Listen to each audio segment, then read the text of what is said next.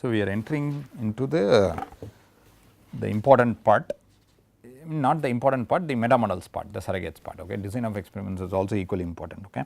So, few slides in this particular presentation is borrowed from Professor Ramana Grandi from Wright State University, and many of the pictures are adopted. Yeah, the second guy's name is Soberster Andres, and the third guy is Keen Andy. It's a Wheelie publication. Okay. It's engineering design via surrogate modeling, correct only. Let me just even before getting into the details of this, I will just give you an idea so that you will be able to immediately relate to what we are going to talk about. So, you have a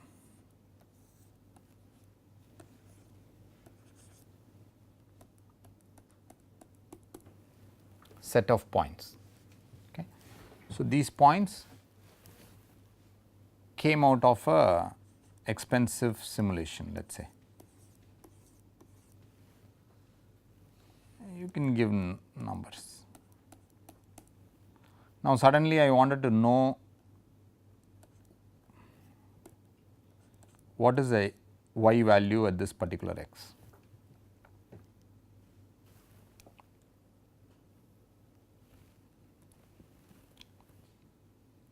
Will I go and run the experiments again? That is not the wise way. This we already discussed. Probably we will do something like this, that we will see. But there are a couple of decisions that I need to do to even draw this red line. What was that?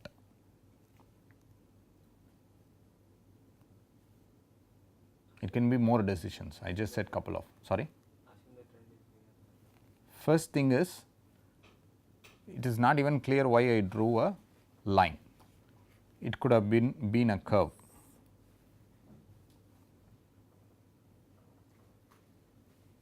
Okay. So, first you will have to make a decision on what is the form, that is the first thing. Do I look alike like him? You do not know the actual function, but we assume in all the cases that we are going to discuss, we are going to validate, we hope and we build, but in all the cases that we will discuss, we know the original. So, we will be able to. So, you hope based on the pattern. So, look alike, that is something that you want to figure out. Okay. So, that is the first thing is the form. Once the form is decided, then you will have to decide where this guy is going to be, whether it is like this or it is like this or it is like this. Those become sizing parameters, right. So, the form will tell you whether it is mx plus c or it is beta naught plus beta 1 x plus beta 2 x squared. You can keep on doing this, okay, because this is a quadratic equation, this is a linear line. If it is a linear line, I just need to find 2 coefficients. If it is a quadratic, I need to find 3 coefficients. That will influence the number of points that I have. I mean, those are influenced by the number of points that I have. Okay. So, so it is a chicken and egg problem. Okay. So, you say that okay, I have 3. So, the usual thumb rule is 2 times n, where n is the number of coefficients that you need to find. You need to have at least 6 samples. So, let us imagine that you have only 5 samples, then you cannot do much. Okay. So, you can only do a linear fit. Then what happens? You say no, I should have done, but then this was done using a Laden hypercube sample. Now, you cannot just go and add one more sample because the space fillingness property is lost. You understand what I am saying?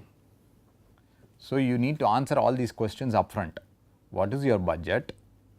What is my likely? So, you do not even have these points. You need to be able to tell me what is the likely response variability. Is it going to be linear or will it be? So, then that is why they say that you use only 25% of your total sampling to understand the problem first. Then you worry about doing a detailed analysis. So, first people want to know, and sometimes what happens is you do not have control on this data also.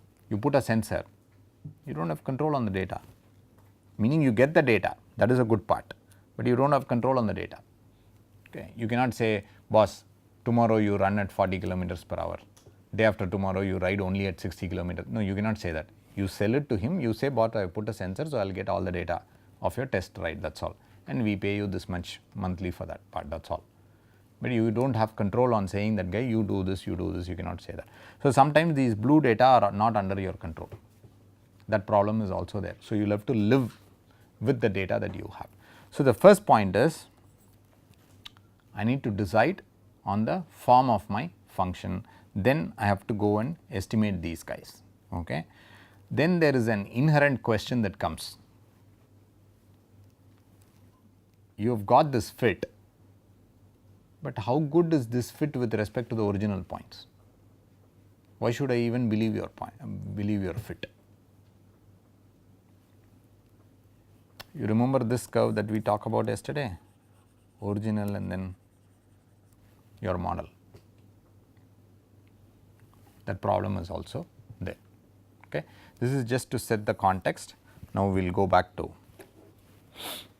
So, I have just taken up from Forrester's book, and I am calling it as the first step basically. You want to construct a meta model, that is your overall goal. I want to construct a meta model. So, first thing is you have some data, just like what I plotted just now, you have some x, you have some y. Sometimes you have control on this x where you generate it, where you generate your y's, sometimes it is just a data. If you have control, then DOE comes into picture, but not always. Sometimes it is experimental data given by some other team and all that.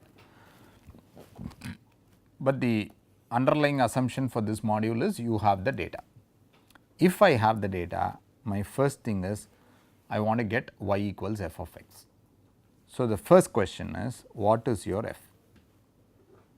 How does the f look like? I am not asking for the values, how does the f look like? So, there is a general recommendation to use this structure, not necessarily it is linear, please understand, it is a generic structure. What it says is use a weight vector times your input variables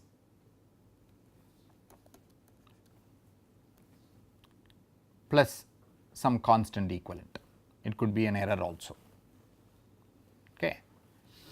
You should immediately be able to relate this to something. What is that?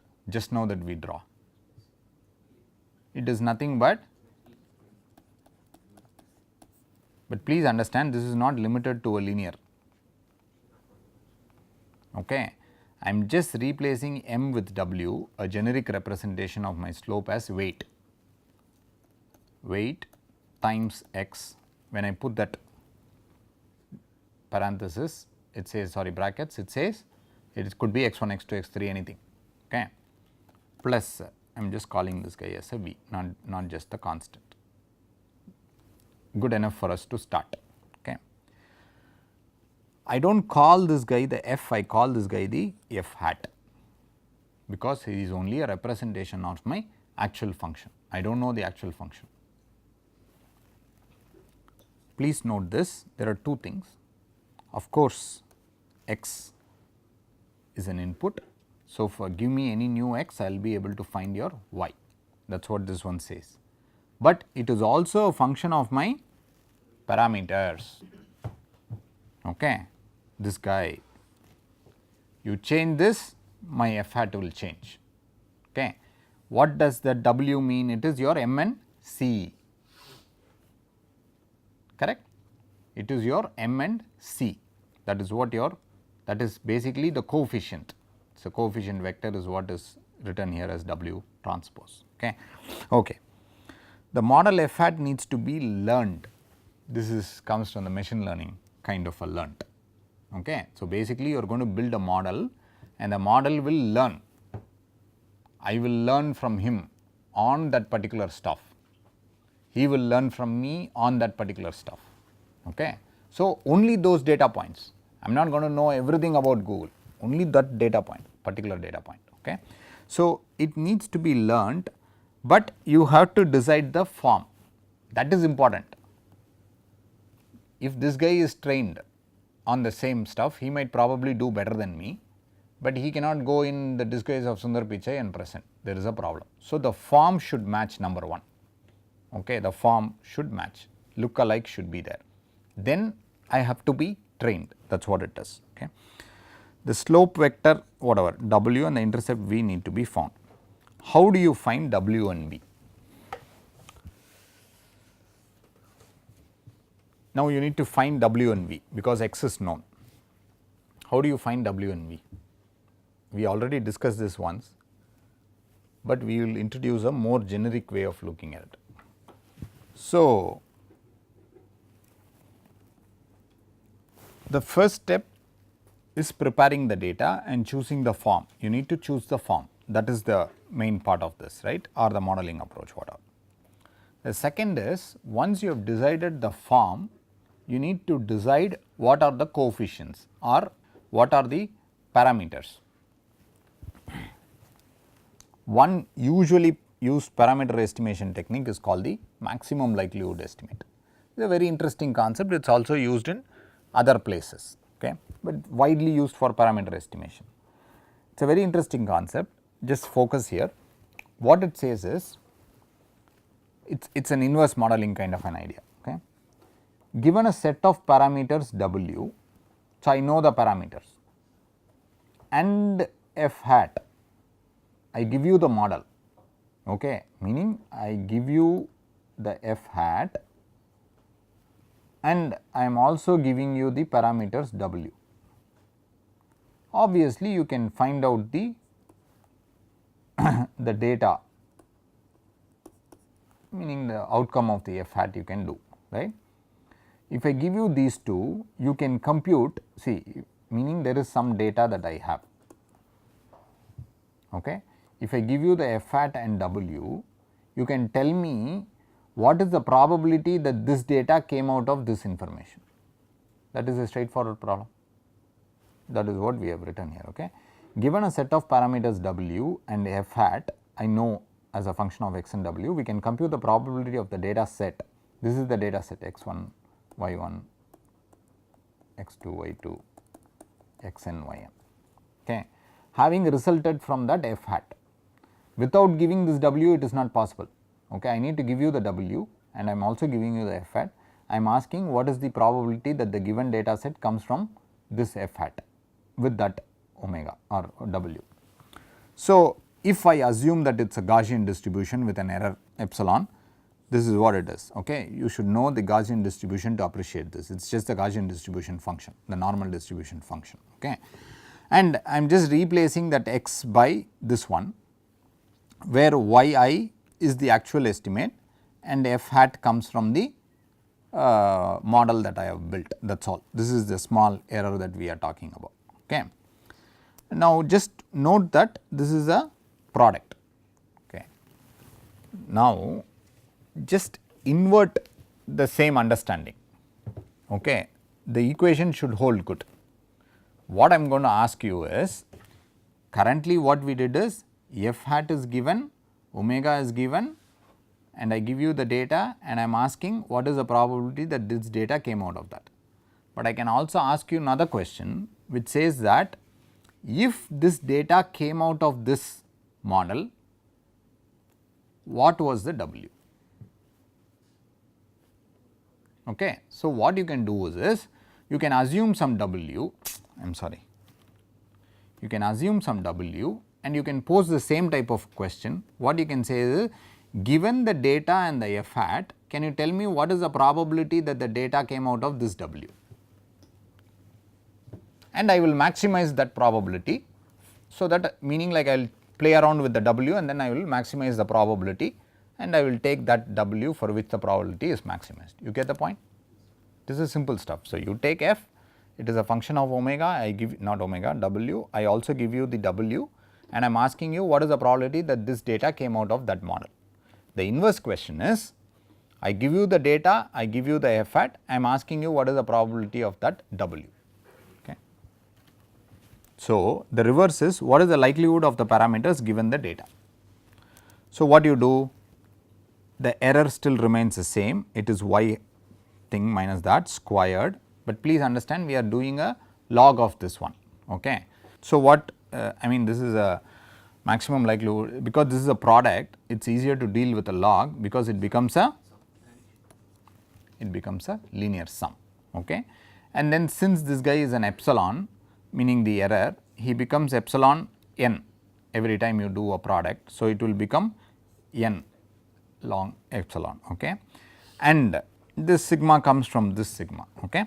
So, here you are going to play around with the W and you want to minimize this quantity. Okay.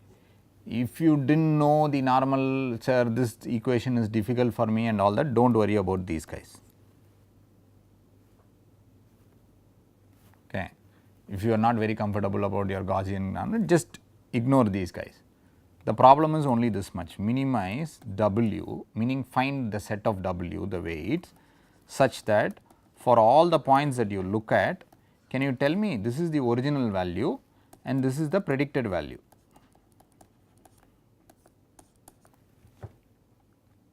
This is the error that you are computing.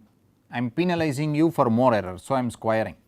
There is another reason also, because the error could be positive or negative, but for that you can do an absolute value also. There are two ways of looking at it. Okay. So, I am squaring the error and I am going to change, when I write it like this, I am going to change the W. When I change the W, what has happened? This f hat will change. So, for every iteration I will go and change the W, not for I.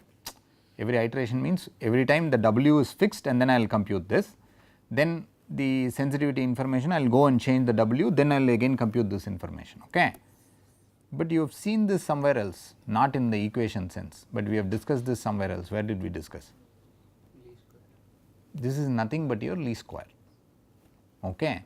What you are going to do? Least square error. This is the error that you are talking about. The error is squared, and by minimization what you are doing? You are trying to find the least error. So, find the W that will give me the least error. Okay. This is the idea of minimum least square. If the standard deviation and error are constant, the equation becomes a classical least square error problem. That is all. Okay. So, this is a more generic way of writing or finding the parameters. Least square is a simplistic case of that. That is all. Okay. So, we will talk about minimum least square and all that a little bit more in detail. Okay. But the point is, now I guess now you appreciate why we spoke about optimization and all that. If you see that in Latin hypercube also you need to know how to minimize, maximize, here also you need to know how to minimize, maximize.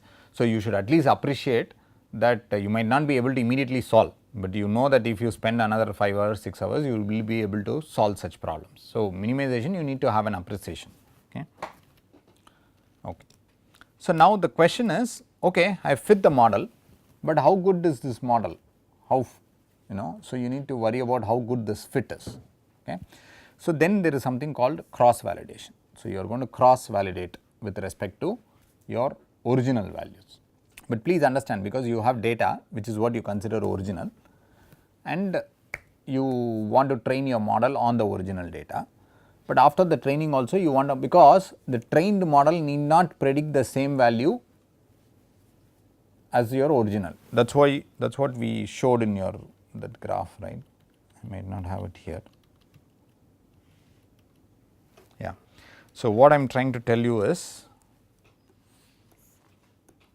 if these are your data, my line need not pass through the data. So, there is always an error, positive or negative. So, we will see what criteria you will take to get that minimum error. Okay. Anyway, so the deal is, in cross validation what you do is you split the data, the entire data into equal q subsets, meaning you can divide it one at a time or you can take 2 points at a time, does not matter, 3 points, n points, whatever it is. Okay. And what you do is you remove one subset at a time, you fit the model with the remaining points, and using the fitted model you estimate what is being computed at the left out point. This is important because press error or cross validation is one of the most important things for you to understand how your model works. So, the question here is, there is n data points, I am going to divide it into q sets. So, the subset can be value, it can have 1 point or it can have 2 points or it can have n points. Okay. Then what you are going to do is you are going to drop one of these subsets at a time. At a given iteration, you drop one of these points, you fit the model to the remaining points, you use the model to predict at the left out points. So, now you have the original value at the left out point, you have the predicted value at the left out point, that will give you an error. So, like this you can keep doing it for all sets. So, you will have a set of error metrics that will tell you how good your model is in a local sense as well as in a global sense, because you can take an RMS value for the global. Okay. One simple question, a simple point. Okay. The point is, let us say that you have 5 points. Okay. So, what you do is you leave for the first iteration, you leave point 1, you use the remaining 4 points, you fit the model, you use the model to predict at point 1. So, you know the original value at 1, you also know the predicted value. So, you have error 1. Similarly, you go to point 2, you have other 4 points 1, 3, 4 and 5. So, 4 points are there, you fit the model, you come back and compute at point 2, you will get an error, that is error 2. Similarly, you do for all the 5 points. So, you will have error 5. So, this is an interesting metric. We will see how to take care of, how to use this metric, because usually in the machine learning or the computer simulations kind of a scenario, what people use is immediately they divide the sample into training data and test data. So, you lose the information, meaning lose the information in the sense you have only 20 points, but you have to decide, you will have to divide that into 15 and 5. That is not a great way of doing, because 20 itself is not enough for me, and then now you are going to take only 15 out of that to fit and then 5 of that to test the model. Okay. And there is always an argument on how much should it be 50-50, 60-40, 70-30, all those discussions are always there. Okay. So, instead what this gives you an advantage is, it says that you are going to use all the points for fitting as well as for testing. So, that is a good idea. So, you are not losing on the point at but here there are other questions. So, how many points do you leave? Do you leave 1 point at a time? Do you leave 2 points at a time, or do you? So, that is why it is called k-fold validation, and people have figured out that you can leave and look at your data, because these are all only computational, right. You are not going to go run an additional simulation or experiment. So, you can use it on your computer and you can figure out. They usually saturate at about 6 points. Okay. But if you are using only 30 data points, maybe 2 at a time is the best that you can do. Okay. So, now I compute all these errors. So, what this equation says is very simple. Okay. What it says is, it says L stands for the likelihood kind of a stuff. So, it says yi is your original data, this f hat is not the original f hat, it is the original f hat minus the eta that I have dropped. That eta could be 1 point or it could be the 2 points, that is what it says, f hat with the dropped data, that is why it says minus of eta. Okay. So, if I left out 1 point, it is called a leave one out analysis. So, leaving 1 f hat, because that f hat is not the same f hat, the model is still the same.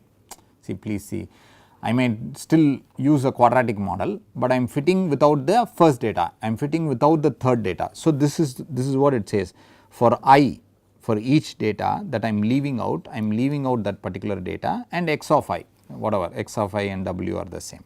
Okay. So, then you want to, so basically this and this prediction will give you an error, and you will have to minimize that error. Okay, not minimize that error, you just take the error and then you can have point wise errors like this, or you can take an RMS error, you can say error RMS. Okay. This cross validation is also in structural engineering is also called PRESS error, which is predicted error sum of the squares. Okay. Yeah, this is error cross validation, that is what it says, they are just using a sum here. Okay. So, now I have fitted the model. Okay. Cross validation can also be used as a metric. Okay. It gives you an idea about the fit, but it can also be used as a metric. There are other sorts of metrics based out of test points, using other additional test points. You can come up with the root mean square error, it is simple, at the test points you find out what your yi is, and then you know what your y hat from your f hat is, and then total number of samples. You just take an RMS. RMS is what? Root mean square. You take the square of the errors, you take the mean value, you take the root value. So, it is a root mean squared error, that is all. The idea is RMSE should be as small as possible. What about your press error? Should it be less? Should it be more? Might be difficult for you to answer, but usually what you do is your press RMS is usually compared to your mean of your response. There is some meaning to this. This is something similar to your R squared error. Do you know what your R squared error is? yi minus y hat, okay. Divided by yi minus y bar, which is the average response. That is all. That also has to be squared. That is all. 1 minus of that, or sometimes it is. Yes. That is it. So, if this was 0, then you get a, okay, this was, if this was entire, then you, okay, fine, that is correct, yeah. So, this is the expression for your R squared, okay. So, what it tells us, it is a simple idea if you look at it. If you have a bunch of data, okay, without looking at what is the form, you did not take the meta model scores, you do not know about y equals mx plus c, okay. The moment I give you a bunch of data x and y, what is the least thing that you can do? The moment you know that you do not get the same value for x every time, I mean you do not get the same value of y for different x's. What is the easiest, the least thing that you can do when I give more than one data? Which is the least approximation that you can do? The moment you have more than one data, the easiest thing that you can do is the first moment, which is your mean. In one sense, what this metric R squared tells us, that is the least approximation you can do. Now, what I will do is I will compare your model to this. That is what it is doing here. What it is saying is yi is the actual value. So, let us say that you have predicted this curve, you say that this curve is the best. So, what it is saying is if your curve was as good as only y bar, it will be kind of equal to 0, okay. Yeah, because if this is as good as y bar, then this ratio will become 1 and this will become 0. R squared usually varies between 0 and 1. You want to be closer to 1 for a good for a good fit, okay. So, it is a normalization. So, it says if it is only as good as y bar, it is 0. If it is slightly better than y bar, then I will slowly start increasing it, okay, your values. So, what it says is at this point, this is the value that is predicted and this is the actual value, okay. So, it gives you some error value and this is the actual value and this is the mean that takes this value, okay. So, you take a ratio and then you take 1 out of it, okay. So, this is the R squared metric that is usually used, and people say this is that also we will talk about, okay. Variance explained, residual sum of the squares, regression sum of the squares, total sum of the squares, we will talk about all that, okay. So, this R squared is also one of the metrics that you can use. In a similar fashion, press does not have something like this. It does not mean that if it is greater it is good, if it is lesser. I mean the lesser it is good, but you do not know whether 10 is less or 50 is less. It depends on the mean of your response, okay. So, usually press error is compared with the mean of your response to understand how much of the variability it captures, okay. Okay. Now, for building any meta model, there are 3 steps. Those are the ones that we discussed just now. The first one is you kind of need to get some model information. Which model? The second is meaning the form of the model. The second one is each model has some parameter. might not be as simple as your slope and but in one sense they are all coefficients. Okay. So, you need to find the corresponding coefficients. We figured out that it can be done using a maximum likelihood, sometimes it can also be done using a regular regression, but regression is only a special case of maximum likelihood. The third one is I want to know how good my fit is. You can fit something to the data, but how good is my fit? These are the three steps that you need to widely use, that is all. Okay.